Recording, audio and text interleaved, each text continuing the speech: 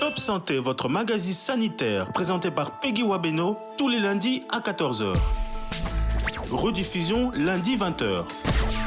Pour tout contact, Top Santé Top Congo@gmail.com ou contactez-nous au 082 280 1500. Top Congo FM, elle a tout d'une grande. Bonjour à tous, très heureuse de vous retrouver pour ce nouveau numéro de Top Santé.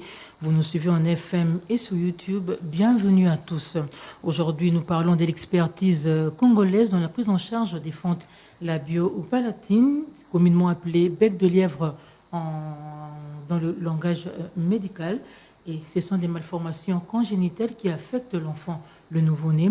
Et depuis un temps, en RDC, il y a un groupe de médecins congolais qui assure la prise en charge médicale des enfants affectés par ce problème. Ces médecins sont à Lubumbashi, dans la province du Haut-Katanga. Mais aujourd'hui, nous avons l'opportunité de recevoir l'un d'eux ici dans notre studio sur Top Congo FM pour en parler. Ces opérations sont organisées par CRU, un carrefour international des anesthésistes, des réanimateurs qui assurent donc cette campagne.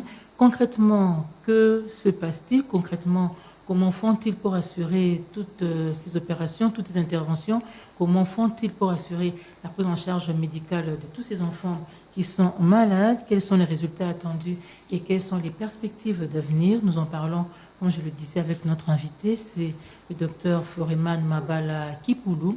Il est coordonnateur de CRU, Carrefour International Anesthésie, Réanimation et des Urgences. Il est également chef de travaux à la faculté de médecine de l'université de Lubumbashi.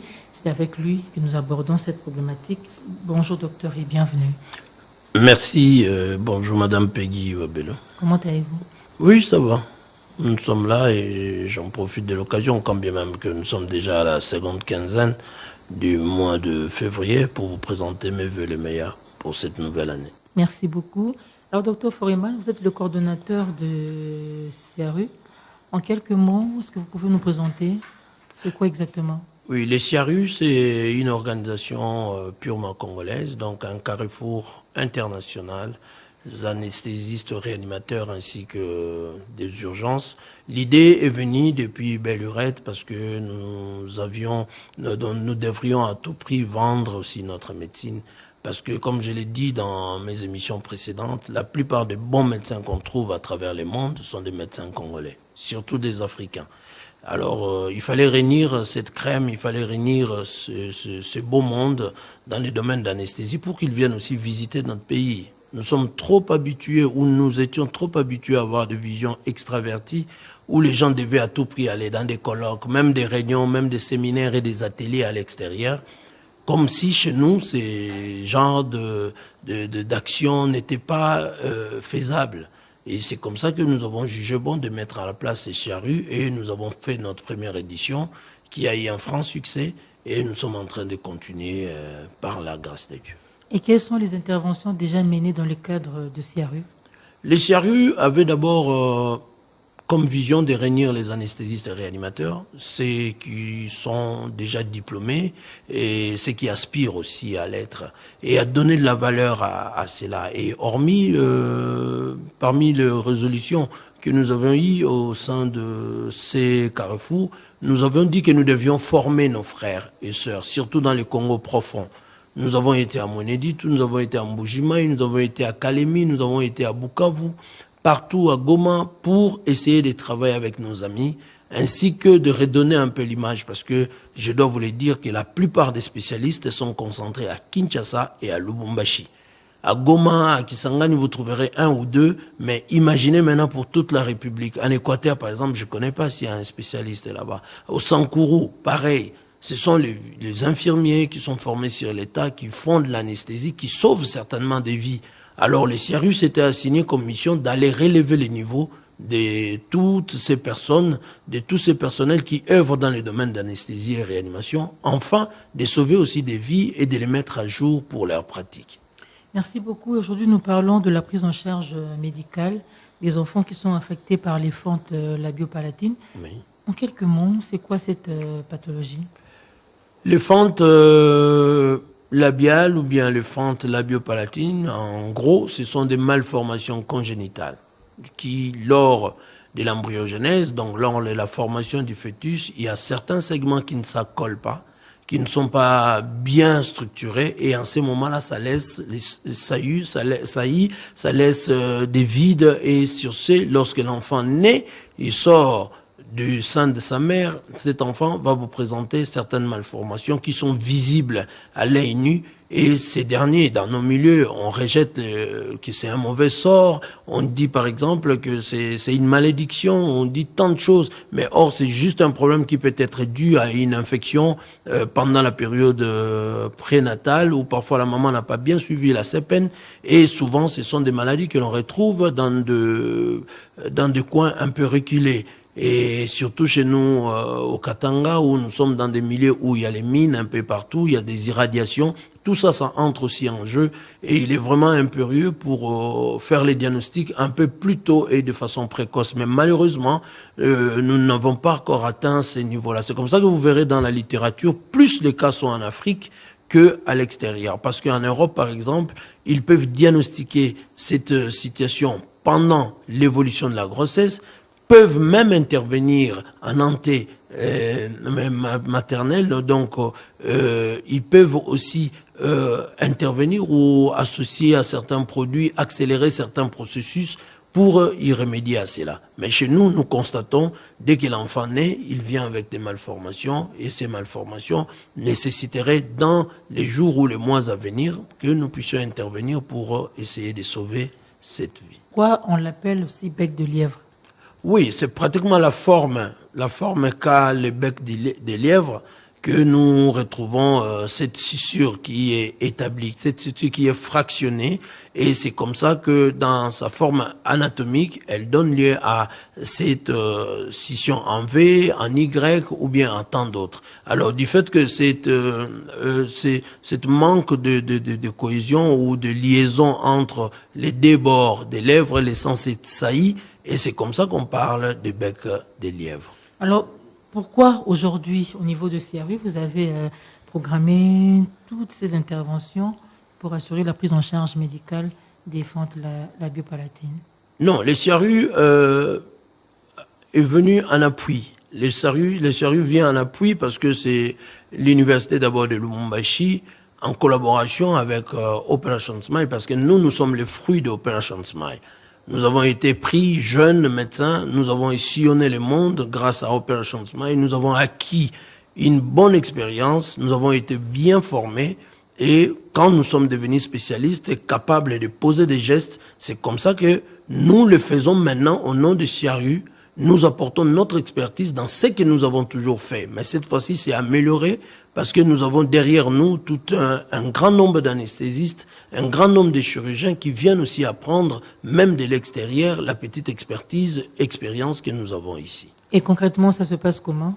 Concrètement, nous recrutons des enfants. Nous recrutons des enfants parce que dans le fin fond du Grand Katanga, par exemple, parce que nous avons pris cet aspect pilote au niveau du Grand Katanga, les Smile met des moyens à la disposition de nos équipes, et il y a des jeunes gens, des jeunes médecins qui partent dans des brousses, dans des coins reculés, dans des villages, pour sensibiliser les familles, afin de mettre à notre disposition leurs enfants que nous pourrons redonner un peu du sourire et leur permettre de réintégrer la société. Et ces enfants sont acheminés à Lubumbashi. Quand ils viennent à Lubumbashi, nous les évaluons, nous scrutons, nous faisons les examens comme il se doit, et après, ces enfants passent à l'intervention chirurgicale. Quand ils passent à l'intervention chirurgicale, il y a aussi un accompagnement psychosocial et nutritionnel. Donc, c'est une multidisciplinarité. Donc, le CRU a apporté juste cette expertise dans ce qui existait déjà, mais maintenant pour essayer un peu de rendre ça. Nous, notre souci, ce n'est pas seulement de se limiter là au Katanga, c'est d'aller un peu plus loin, dans toute la République. Bon, parlant du CRU, donc c'est pour toute la République, ce n'est pas seulement pour le Katanga. Mais les critères sont lesquels? Les critères, il faut être seulement éligible sur le plan physique, c'est-à-dire par rapport à l'âge d'abord. L'enfant doit être au-delà de 6 mois révolus. Hein? Donc, nous prenons ces enfants à ces âges-là. Il n'y a pas de distinction des sexes, des races et autres, tout ça. Mais quand l'enfant vient, nous allons l'évaluer. Nous faisons un screening de ces enfants, nous faisons des examens. Si l'enfant est opérable, nous allons l'opérer. C'est sans condition. C'est tout simplement parce que même les années antérieures, c'était seulement les enfants congolais. Mais aujourd'hui, avec votre aide, avec Top Congo qui arrive même dans des frontières, au niveau de la Zambie et autres, les messages passent maintenant. Et nous avons eu à opérer dernièrement 3 enfants venus de la Zambie. Donc, pour nous, c'est un plaisir, c'est vraiment un amour patriotique d'essayer de donner le meilleur de nous-mêmes afin de sauver nos enfants et nos compatriotes. Et depuis combien de temps vous le faites déjà? Parce qu'à l'époque, il y avait des missions qui venaient ici. Quand vous voyez tous ces Blancs venir, tous ces étrangers venir, et c'était des missions qu'on faisait, des missions de grande envergure, qui attiraient même l'attention de certaines personnes. Mais depuis la vague de Covid ici, toutes ces personnes qui venaient pour l'appui ou quoi ne viennent plus. Donc ils nous ont laissé nous-mêmes de pouvoir sauver nos propres enfants. Ils mettent à notre disposition les entrants, ils mettent à notre disposition les matériels, ils mettent à notre disposition les moyens. Et nous essayons de notre mieux de donner le meilleur de nous-mêmes, afin d'opérer nos enfants. Et depuis que nous avons commencé, nous sommes maintenant arrivés à opérer, dans le dernier enfant, c'était le 213e enfant que nous avons opéré ici au Congo. Et ce n'est pas seulement les enfants. Je crois que vous allez le voir. Dernièrement, à Dilolo, nous avons retrouvé une maman de 54 ans. Imaginez, pendant 54 ans, cette dame a vécu avec cette malformation, rejetée dans la communauté. Et nous avons pu la réintégrer, l'opérer, et aujourd'hui, cette dame est acceptée dans sa communauté, et à travers elle, beaucoup d'autres enfants, nous les aurons d'ici la fin du mois de février. Et généralement, les résultats, c'est lesquels? Le résultat est très satisfaisant sur le plan clinique. Tous les malades, nous n'avons connu jusqu'à là aucun incident, aucun décès. Le résultat est très satisfaisant. Sur le plan de l'insertion, sur le plan psychologique, ces enfants, les parents sont très contents de voir qu'ils sont opérés par les leurs, par leurs propres frères, par leurs propres enfants. Et ça fait énormément du bien. Et sur le plan scientifique, c'est-à-dire ça remonte un peu le plateau technique du médecin congolais. Aujourd'hui, parfois vous en parlez rarement, mais je vous dis, la presse étrangère en parle. Et c'est aussi notre façon pour nous de vendre notre pays. Vous savez que notre pays est agressé et autres, tout ça. Et l'image qu'on essaie de nous vendre à l'extérieur, c'est l'image négative du Congo. Mais maintenant, quand ces gens-là viennent et ils apprennent que c'est un groupe, un chirurgien, un anesthésiste avec leurs assistants et collaborateurs, essayent de redonner les sourires aux leurs sans avoir cette main tendue de l'extérieur, nous, ça nous fait du bien. Et là, nous nous disons que nous avons aussi notre façon de contribuer à cette agression. Docteur, mais toutes ces opérations se déroulent où?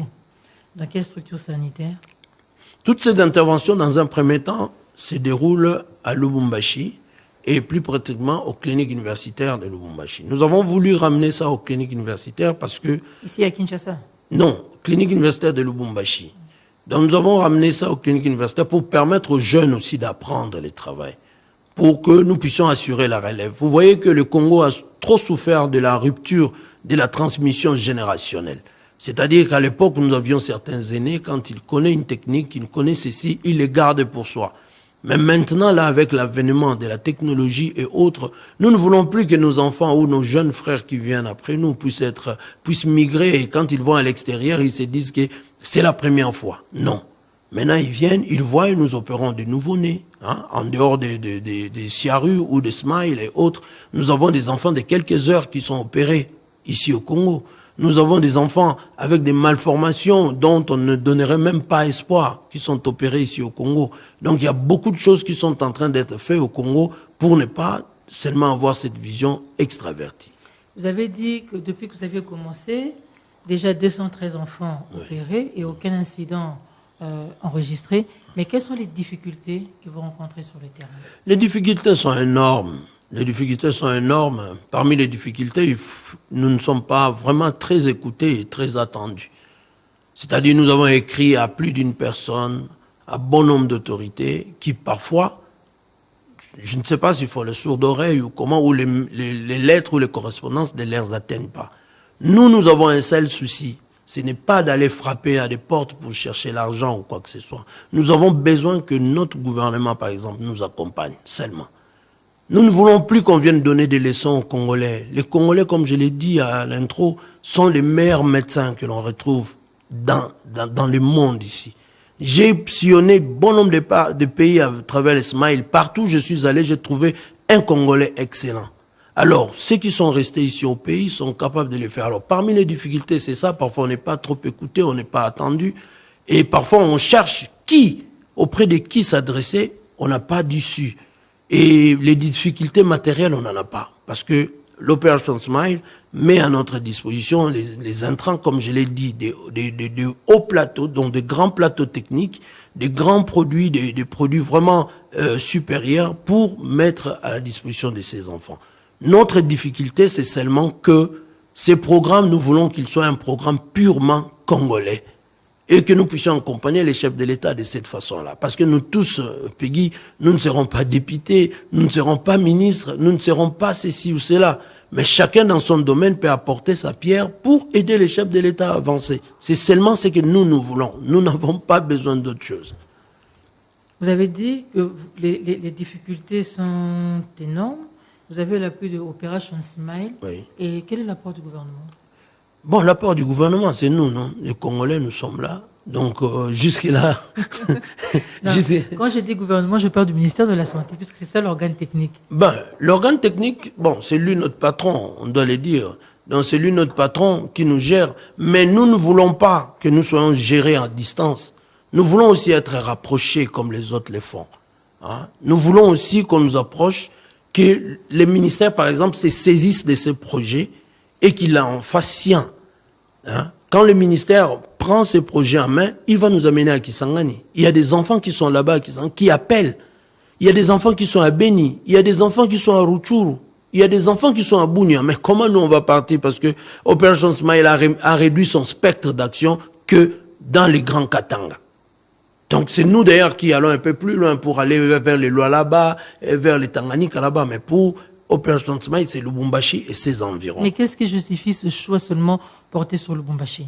Mais c'est bon, parce qu'ils se disent qu'il y a un plateau technique, il y a l'expertise qui est là, parce qu'il faut savoir que c'est la chirurgie pédiatrique, c'est l'anesthésie pédiatrique, ce sont des domaines qui sont très délicats et qui demandent vraiment une certaine expertise, une certaine assiduité pour gérer ce genre de situation. Alors, Operation Smile a jugé bon de se limiter là, parce que les experts, dont entre autres les professeurs Sébastien et moi, sont à Lubumbashi. Alors, pour lui, les autres doivent venir à Lubumbashi pour se faire opérer. Or, peu sont ceux-là qui peuvent avoir cette chance de se retrouver pendant le passage de nos mobilisateurs. Et c'est comme ça que nous voudrons, par exemple, que le ministère de la Santé nationale récupère ces projets et nous amène un peu plus loin. Et nous allons faire que notre travail. Vous avez dit que vous avez déjà contacté certaines autorités du pays. Qui, par exemple? Ben, ils sont nombreux, je ne saurais pas les citer ici, je ne suis pas venu... Non, c'est pas... oui, on n'est pas là pour mais je crois que s'ils sont en train de me suivre, parfois les lettres ne leur sont pas parvenues.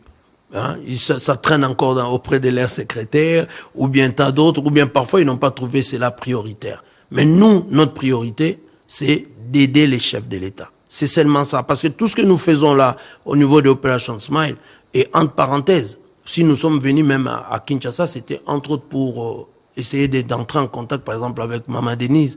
Mais je crois que, bon, on est dans le processus, je crois que ça sera fait et très prochainement. Pourquoi? Tout simplement parce que Maman Denise est une infirmière.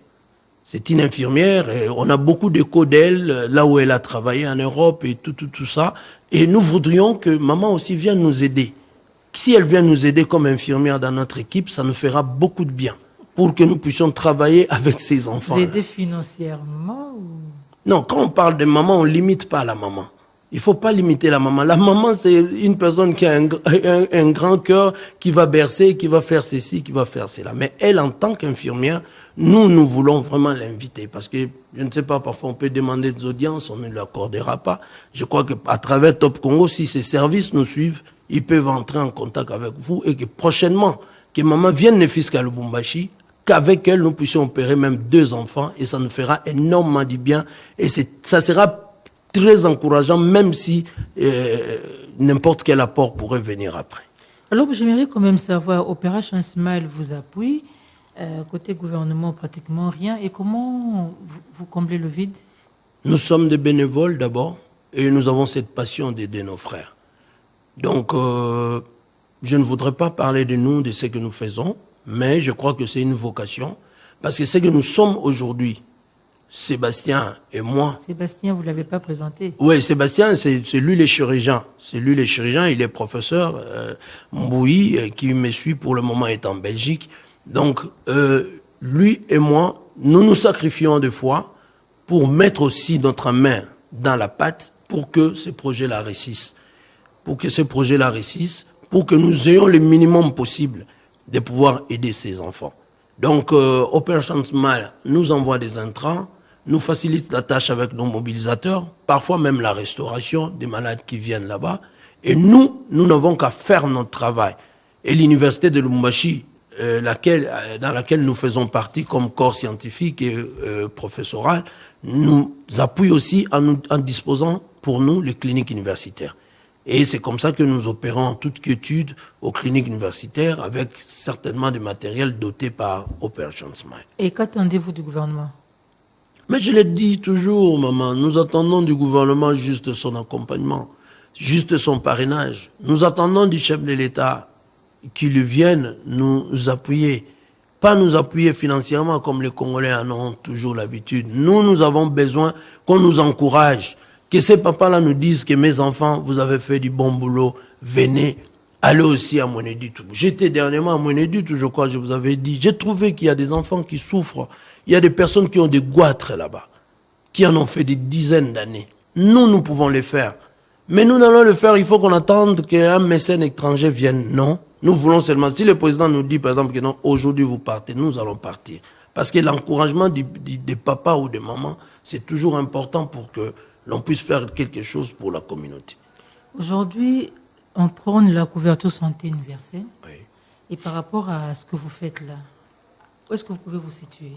Oui, nous sommes dans la prise en charge des maladies non transmissibles, dont des maladies non transmissibles, mais des maladies génétiques dont parfois la prise en charge est délicate. Donc, ce sont des éléments, j'en avais parlé avec mon ami Tim, qui est parmi les membres de ces staffs. Je crois que quand ils mettront en place tous leurs projets, nous serons intégrés s'ils nous intéressent. Mais nous, notre expertise, c'est de donner le meilleur de nous-mêmes, surtout pour la chirurgie et l'anesthésie pédiatrique. Et là, nous allons nous retrouver aussi dans cette couverture de sanitaire universelle. Et c'est une discipline qui est difficile, c'est compliqué, la chirurgie pédiatrique? Elle est très délicate, parce que l'enfant ne parle pas. L'enfant ne sait pas exprimer qu'il a une douleur à l'épaule. L'enfant ne sait pas exprimer qu'il y a 2 jours qu'il aurait vomi et autres. Donc, pour faire ces évaluations chez l'enfant, il faut se référer à la maman. Et très souvent, il y a une certaine subjectivité. Alors, il faut avoir de bonnes manières, de bonnes approches pour essayer un peu de passer outre certaines complications. Et surtout, que l'être sur lequel nous travaillons, c'est pas un être miniature, mais il y a beaucoup d'organes qui sont encore immatures. Alors, il faut savoir comment apprécier les dosages, quels sont les genres de tubes qu'il faut utiliser, quel est le timing qu'il faut prendre et autres, tout ça, parce que c'est très délicat. Aujourd'hui, nous sommes à plus de 200 cas sans incident, mais si vous voyez la littérature, on vous dira qu'au moins 5% des décès sont constatés dans ce genre de chirurgie. Mais nous, jusque-là, nous ne souhaitons pas que ça vienne. C'est parce que nous prenons tout notre temps et nous faisons un bon screening avant d'amener ces enfants dans les salles d'opération. Et comment se fait le suivi post-opératoire? Nous avons une équipe. Nous sommes vraiment très bien organisés. Nous avons une équipe en pré, en pair et en post-op. C'est comme ça que je vous ai dit que nous avons des nutritionnistes et des psychologues. Et ce sont ces gens qui suivent les enfants de près, qui les accompagnent, même pour l'insertion dans la communauté. Il y a même, aujourd'hui, j'ai attendu les amis d'une banque qui viendraient aussi nous appuyer pour l'accompagnement, par exemple, dans les histoires de microcrédits. Pour ces mamans qui ont été rejetées, par exemple, dans la communauté, ils vont, parce que je ne vais pas citer la banque en question, c'est encore dans les pourparlers, mais ils ont été intéressés par ce que nous faisons et voudraient, par exemple, accompagner ces mamans dans les microcrédits pour qu'ils puissent être réintégrés dans leur communauté dans de bonnes conditions. Docteur Mabala, quelles sont vos perspectives d'avenir? Les perspectives d'avenir, c'est juste faire gagner les Congos. Nous avons l'obligation, tous les médecins, que nous sommes infirmiers et autres, ce n'est pas beau de voir tout le temps parler du Congo en négatif, on a fait ceci, tel a pris l'argent, tel a pris cela, tout la... Il y a des jours comme ça où on peut parler aussi des biens que l'on fait aux siens. Donc nous, dans nos perspectives d'avenir, c'est d'organiser des grandes campagnes, que ce soit à Kinshasa, au Bas-Congo, partout. Nous sommes au Congo, nous sommes chez nous. On ne va pas dire que non, voilà, ce sont des Katangais, ce sont des Bas-Congo, Non. Nous, on n'est pas dans ce genre d'état d'esprit. Nous, dans nos perspectives d'avenir, c'est d'aller au Kivu là-bas, opérer, former nos frères au Kivu, descendre avec eux au Bas-Congo, aller au Bandundu et partout où nous voudrions aller. C'est ça. Et surtout, organiser des conférences. Des conférences de grande envergure, comme ce que nous allons faire au mois d'août et du 21 au 23 août à Lubumbashi, la deuxième édition de Siaru. Nous ne pouvons pas rester comme ça, les bras croisés, Peggy, en train de voir les gens tirer sur notre pays, sur tous les fronts, que ce soit scientifique, que ce soit ceci ou cela. Aujourd'hui, nous avons des crises de modèles au pays. Tout simplement, nous voyons tout le monde aujourd'hui vouloir devenir député, ceci, cela. Mais nous voulons aussi que ces jeunes gens qui aspirent à devenir médecins, qu'ils aient des initiatives, qu'ils aient des éléments que nous aussi, à notre tour, quand nous aurons grandi, nous devons les accompagner. Parmi les perspectives d'avenir, donc, c'est de réalimenter cet engrenage médical et surtout de donner la chance aux médecins congolais de pouvoir se sentir à l'aise et de poser ces gestes comme il se doit. Une seule condition, que quand les politiques auront compris que l'intellectuel doit revenir à sa place, c'est à ce moment-là que le Congo ici peut décoller et personne ne pourra nous arrêter. Docteur Mabala, à quand la prochaine campagne? Puisque à Lubumbashi, vous avez déjà opéré, cette fois-ci, vous irez où? Nous sommes toujours à Lubumbashi. Nous recrutons des malades de l'Est, l'Ouest, Sud de Lubumbashi et nous les ramenons à Lubumbashi pour les opérer. Par exemple, au mois de février, la dernière semaine du mois de février, nous allons opérer des enfants qui viennent de Kasumbalesa, des Dilolo. Nous avons au moins, je crois, Myriam nous a fait un mail pour nous dire que jusque-là, il y a 25 enfants qui se sont enregistrés. Dernièrement, au mois de janvier, nous avons opéré, je crois, une trentaine. Donc, nous le faisons comme ça par trimestre. Donc, au mois de février, nous allons opérer pendant 4 jours. Et au mois de mars, nous opérerons aussi pendant 4 jours. Nous avions l'ambition, si nous avions réuni les moyens, au mois de mars, d'aller opérer toutes les femmes de l'espace Grand Katanga gratuitement et de former. Qui ont des fentes, Non, là c'est maintenant sur le plan de la médecine générale, de l'anesthésie générale en bonne et due forme. Mais malheureusement, c'est un projet qui nous prend un peu à point nommé. Nous avons aussi quelques petites difficultés financières dans notre SIARU et nous sommes en train de nous battre. Mais quand les politiques comprendront que ces éléments feront du Congo grand, s'ils viennent, nous ne sommes que des techniciens. Moi, je n'ai même pas l'ambition de postuler comme bourgmestre ou qui que ce soit. Je vais rester dans ma technique pour rester médecin selon les vœux de mon grand-père et de mon père. Alors, quel est l'appel que vous pouviez lancer aujourd'hui par rapport à votre travail, ce que vous faites?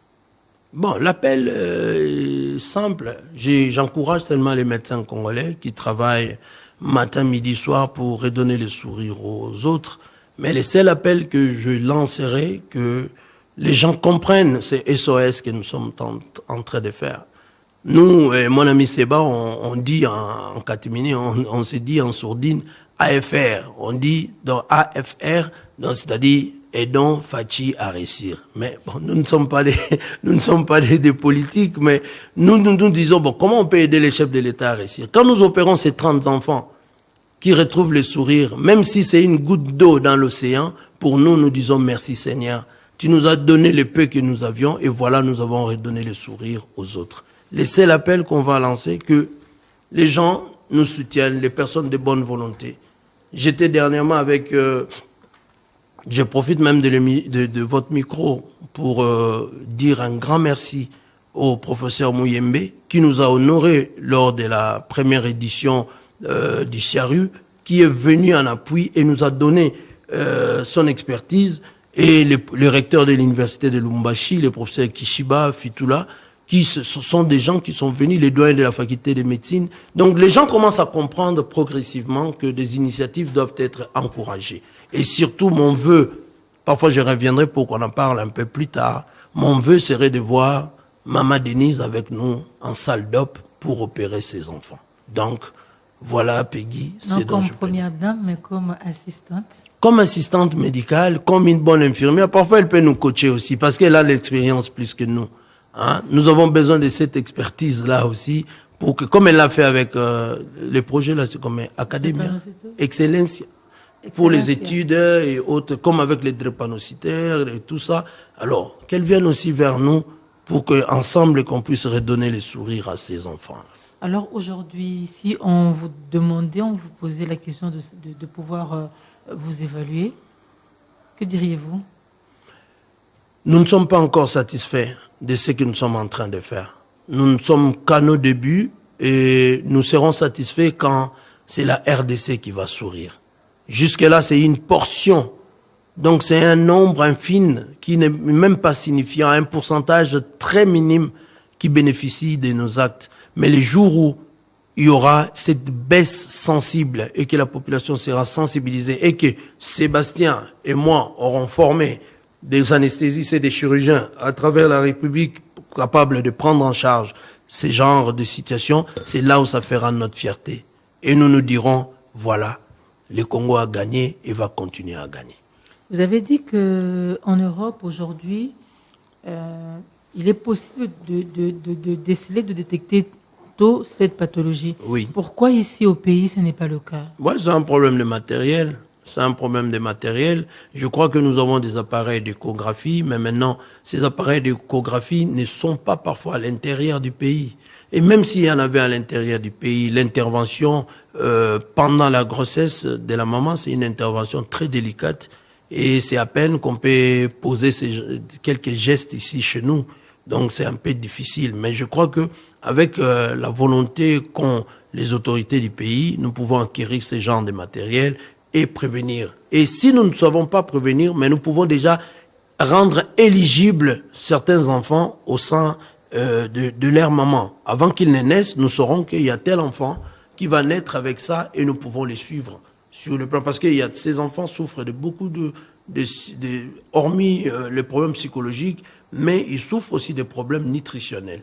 Ce sont des enfants, par exemple, ceux qui ont des fentes labiopalatines, ou bien des fentes palatines. Il y a une communication entre les palais et la partie nasale. Et très souvent, ces enfants ont du mal à être nutris et du coup, c'est la dénutrition qui est constatée et c'est la malnutrition et souvent, ces enfants peuvent mourir de la sorte. Mais dans votre agenda, est-ce que vous intégrez aussi les personnes âgées ou vous vous limitez seulement aux enfants? Je vous ai dit tantôt qu'on a opéré une maman de 54 ans.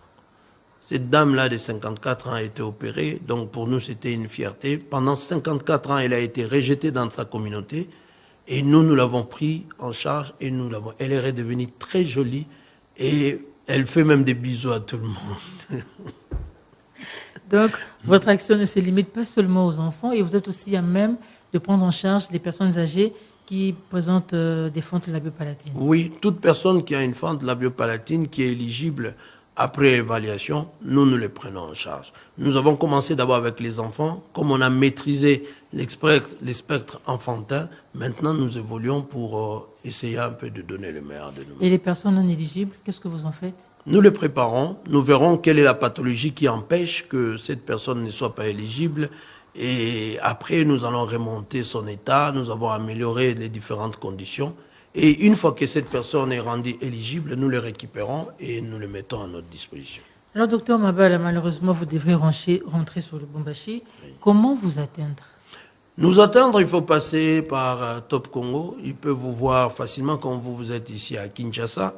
Et nos numéros sont là. Donc, c'est le 99 99 84 585. Donc, 99 99 84 585. Ils peuvent nous atteindre. Ou soit à l'université de Lubumbashi, soit aux cliniques universitaires. Ils peuvent nous atteindre et ensemble, on va échanger pour le bien de notre population. Voilà, nous bouclons déjà. Un dernier mot. Le dernier mot, il faut Bana Congo va comprendre que Mboka Oyeza ya biso tout. Mokonzi aza moko, mais biso nyonso toza bakonzi ya Congo. Mutu na mutu aya na part na ye pour que to accompagner bakonzi. Ezate ke soki lelo noko no mutu aza na ministère ndio bandi ko appuyer. Soki lobi alongwe okomi ko critiquer ete. Biso lingi na biso biloko bongo te. To lingi ke Congo to lingana na biso na biso. Et surtout que bakonzi ba Hollande biso ba comprendre que bazongisa intellectuel na place na ye. Na omona yo moko lelo mama ndenge mboke komi ko kende. Lelo to comme na crise de modèle omona mutuma na limbisa so na loba mabe. Omona mamutu azoloba boni leki na wana na mona resuti. Petite afungwama akoma bien. Akoma ne danseuse ya tel. Uzomona donc okala babilo ko na toyeba angote. Toyeba ke noko na bango za avocat o azaboye ba crise de modèle wana ndeto lingi angote. Bato bazana ba bonne volonté na lobite boya ka epa na biso. Bokende na bopito ezali ba El Rafa ezali ba nini ezali bokende ko soutenir ba ninga. Oleto vanda ke o somba ba champagne butu mobimba e ba champagne na boyi bibisi ke kendaka. To lingi ka to benda congolais matoyi ke solidarité o mkonzi mboka lobaki etali biso nyonso. To simbana to sungana pour que mboka tambola liboso. Bakonzi ba soutenir bato bazala ba idée na yo ba loba ba jeune entrepreneur banini baya ba soutenir bato pour que mboka tambola liboso to boyi na biso bato ba utalibanda baya isuko pesa biso ba leçon mokonzi mboka tia pesi mo elan biso peto pesa elan wana to kende na biso liboso eloko ka biso to wana ngo souci yango wana congolais a zwa le kumu a zongele sika oyo azalaki pour que apesa le meilleur ya yemoko. Merci maman. Merci beaucoup docteur Mabala. Voilà, fidèles auditeurs de Top Congo FM, chers amis internautes, c'est par ici que nous bouclons cette émission. Je rappelle qu'aujourd'hui nous avions parlé de l'expertise congolaise dans la prise en charge médicale des enfants qui sont affectés par les fentes labio-palatines. Ce sont là des malformations congénitales qui touchent les lèvres des enfants.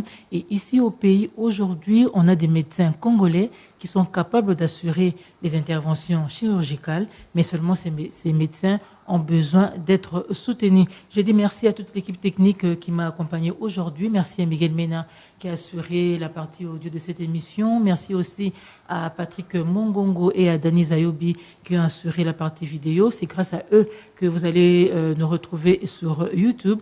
On se retrouve la semaine prochaine pour un nouveau numéro. Vos suggestions, vos remarques nous intéressent. Écrivez-nous, appelez-nous. Merci encore de nous avoir suivis. Au revoir. Maman, viens voir. Qu'as-tu, mon enfant? Je souffre et j'ai très mal. T'as mal où c'est? Ici, sur le côté. Top Santé, votre magazine sanitaire, présenté par Peggy Wabeno, tous les lundis à 14h. Rediffusion lundi 20h. Pour tout contact, Top Santé Top Congo @gmail.com ou contactez-nous au 082 280 1500. Top Congo FM à la toute d'une grande.